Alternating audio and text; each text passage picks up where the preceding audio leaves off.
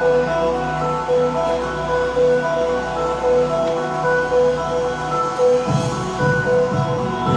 and gentlemen, let's have a big Fairfield welcome for Fairfield native and co-founder of Brady Smile, mighty Matt Hinton.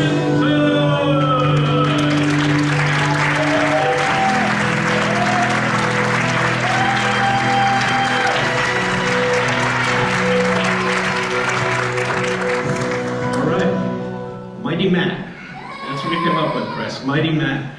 Well, I guess if I ever become a professional wrestler, I at least have the name down now, and appreciate that, Chris. Anyhow, just want to thank everyone for being here today. This is a big day for Andy and I.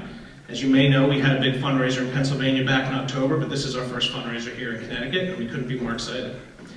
You know, on my drive over here today, I couldn't help but think about the last time I was on stage here at the Quick Center, and I think I was sitting right about here, facing this direction, tenor saxophone in hand with the Fairfield Prep Band, desperately trying to keep up because I didn't practice.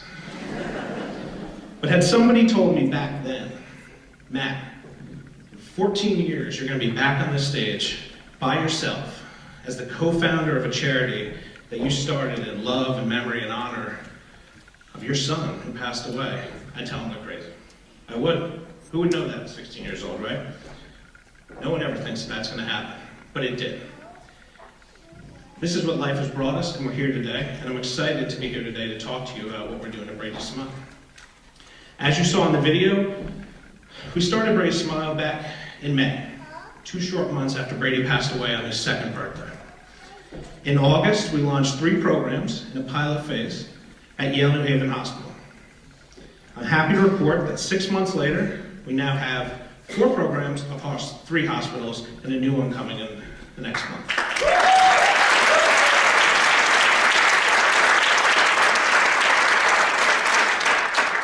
So for those of you who don't know, I just want to take a second to just give you an idea of what we are doing with Brady Smile.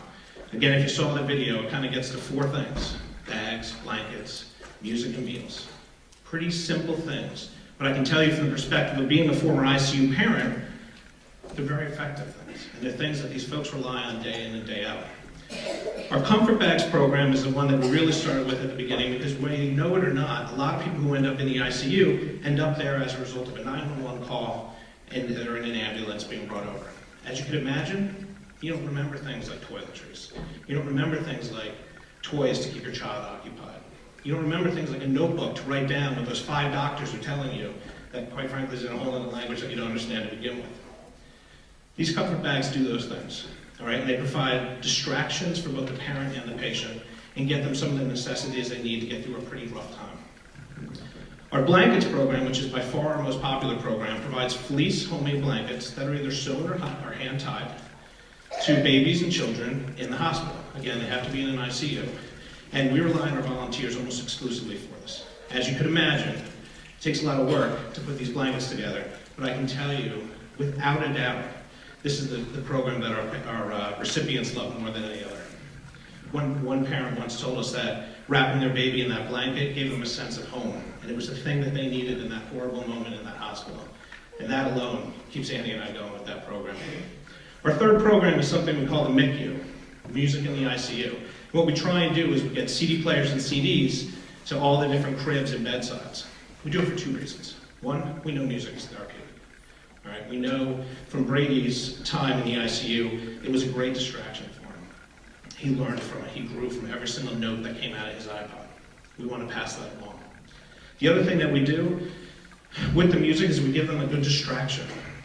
If you've never been in an ICU, you're very lucky. But if you have been, you will know that it is an extremely frantic place. Lots of beeping, lots of noise, doctors running around, parents in a panic. Nice soothing music helps distract them from that. And finally, our Meals by Matt and Andy program aims to give homemade meals to the parents of the ICU once a month. And why that's important, just again to give you some perspective, we spent about half of Brady's life in the ICU. And I can't tell you how many times our only meal the entire day was at 3 in the morning out of a vending machine. Because frankly, when you're there, you don't have time. There's no breaks in the ICU. So people don't think about that. We get them out of the ICU, we get them into a conference room, we get them eating, And something happens. An ICU parent starts talking to another ICU parent, and all of a sudden they realize we're the only people who know what we're going through. So we help facilitate that. So what does this all mean? What are we actually doing? We're giving out 150 comfort bags each and every month. We're giving out 175 blankets each and every month, and we're feeding over 100 people each and every month with our Meals by Matt Hinton program.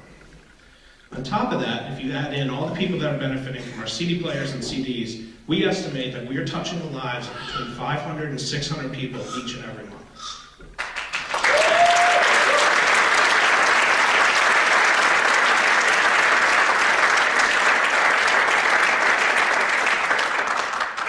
Not to bore you with math, but if you do it real quick, that's 3,000 people since August. 3,000 people have been touched.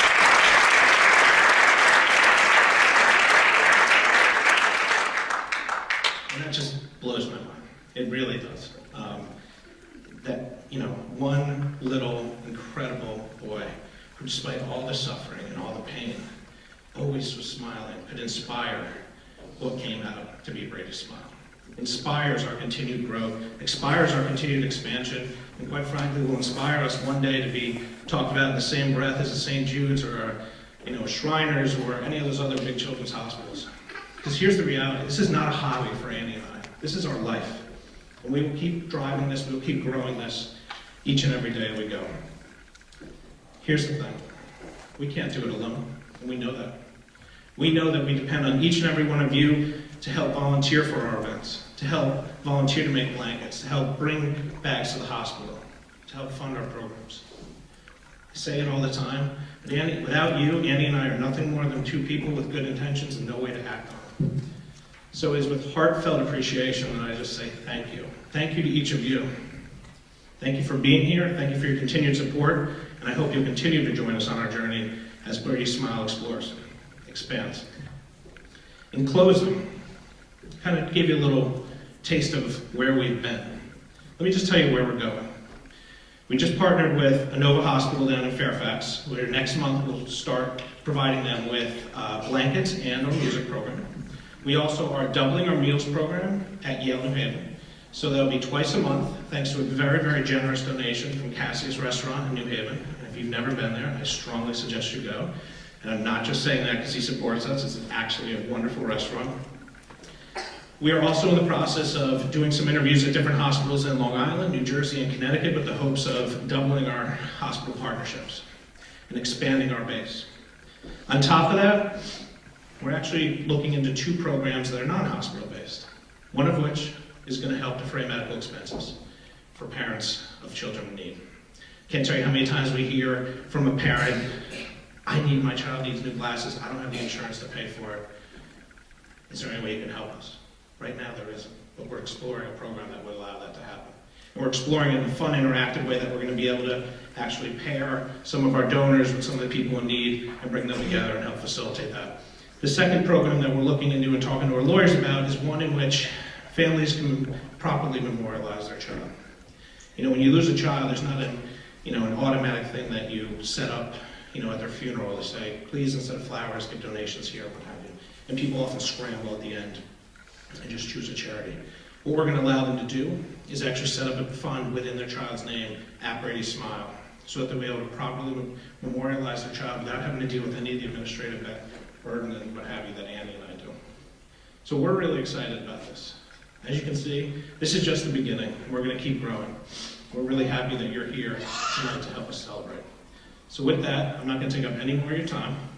And I just want to thank you again. I hope you have a good time the rest of the night. I hope I get to meet each and every one of you out in the lobby afterwards. And that's it. Thanks, guys.